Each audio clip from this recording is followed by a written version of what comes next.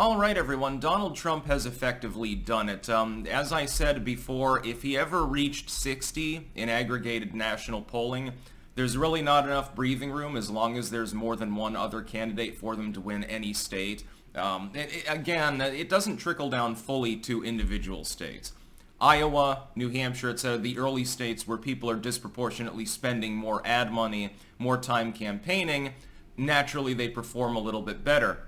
The entire goal of the Haley and DeSantis campaigns, which are the only other campaigns with limited viability, is to go into the early states, hope for a strong second place finish in one of the two starters, maybe knock out a third state, and the third state, South Carolina or maybe Nevada, and then go on to be at least reasonably competitive, win a few Super Tuesday states, and that's basically was originally the goal. That goal is now dead. There's no longer enough breathing room, again, for any other candidate. The voters within the GOP effectively have chosen Donald Trump to be renominated.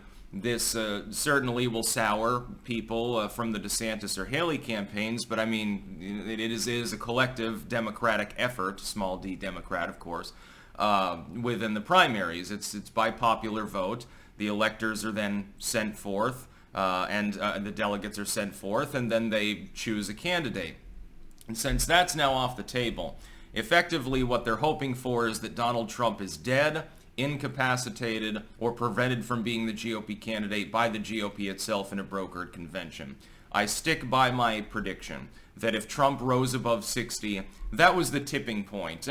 What this is going to do is that people, when they see the new polling, they get a feeling of Trump's inevitability, and even if they're more reluctant, they're going to want to back the person that wins as opposed to a person that's going to lose.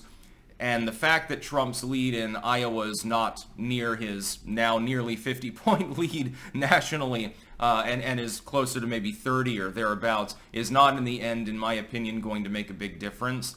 I do expect him not to lead in Iowa by an overwhelming amount.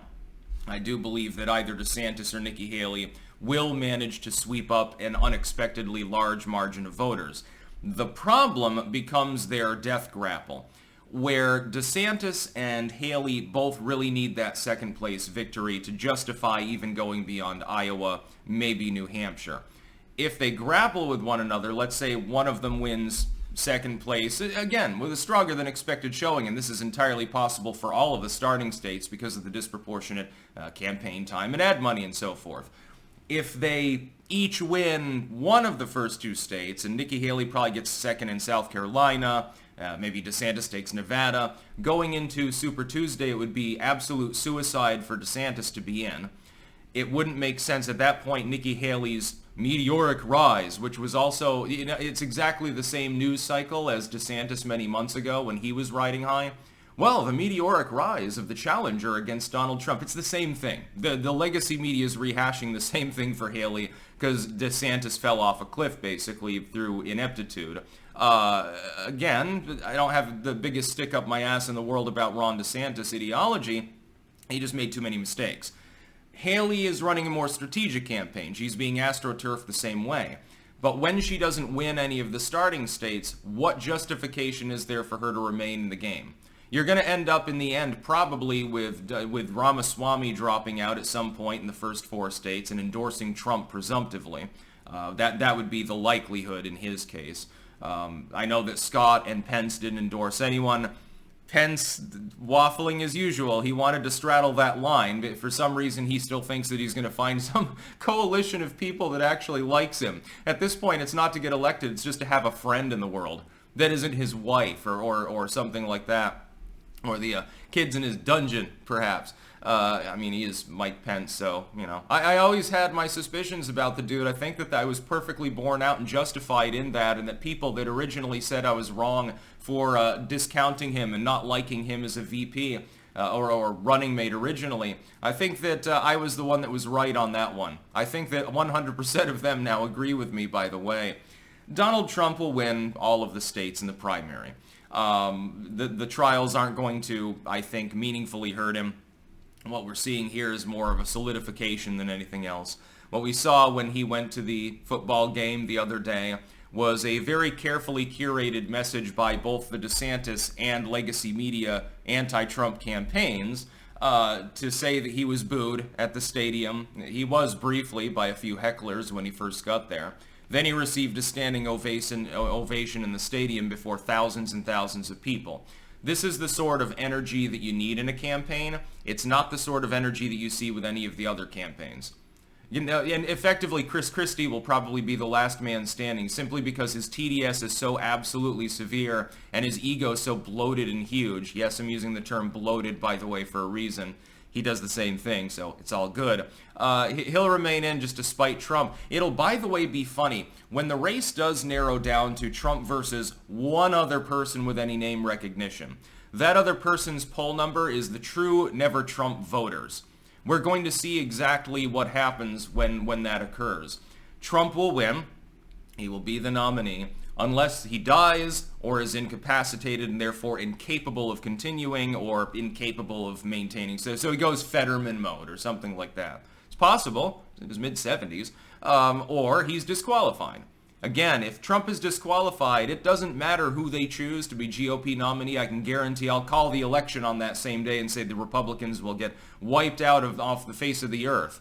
I'll be one of the people helping to make that happen, by the way. I'm not going to vote for any member of a party that abandons its own single viable candidate.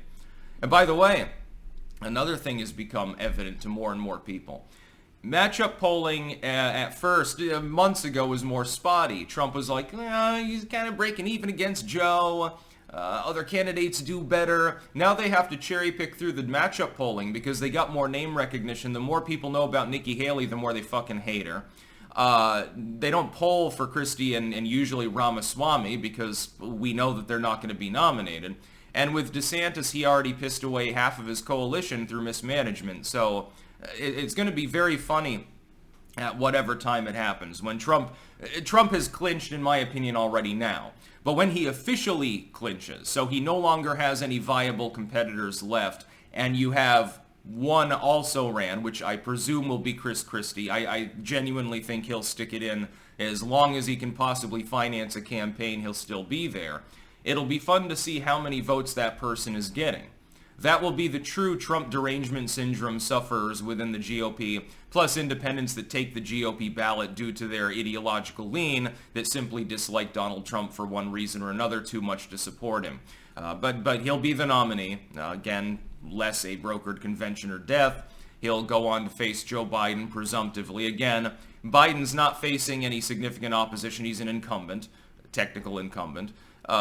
He is running in the 70s, again, much like Trump. By the way, Trump is now leading by almost the same margin that Joe Biden is leading his field. Just to be clear, Joe Biden, with the literal incumbency, at least on paper, is leading by about as much as a person under 90 felony indictments. That doesn't speak to the strength of Joe Biden. Donald Trump does have baggage. He does have things that will hold him down. Biden has arguably grabbed more luggage at the goddamn terminal. And the two of them are racing for that gate because there's one more seat and only one of them is going to be front in the line. And Joe Biden's the one that really laid himself out like a hod carrier. It's incredible, actually, watching his presidency implode. I expected it would be lackluster, and I knew I wouldn't support his policies particularly. But it's worse than I expected. Somehow Joe Biden found a way to take my very low expectations and then sink it even lower, and that's been his presidency. That's another reason why Donald Trump is leading right now. People, I think, also are mad at the system, Joe Biden being just a representative sample of that uniparty system, and Donald Trump really is throwing a hand grenade into the face of the establishment if he's reelected. He's probably at that point in the general running under house arrest or something like that.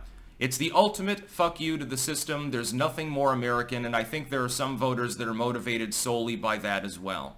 That's about all. Peace out.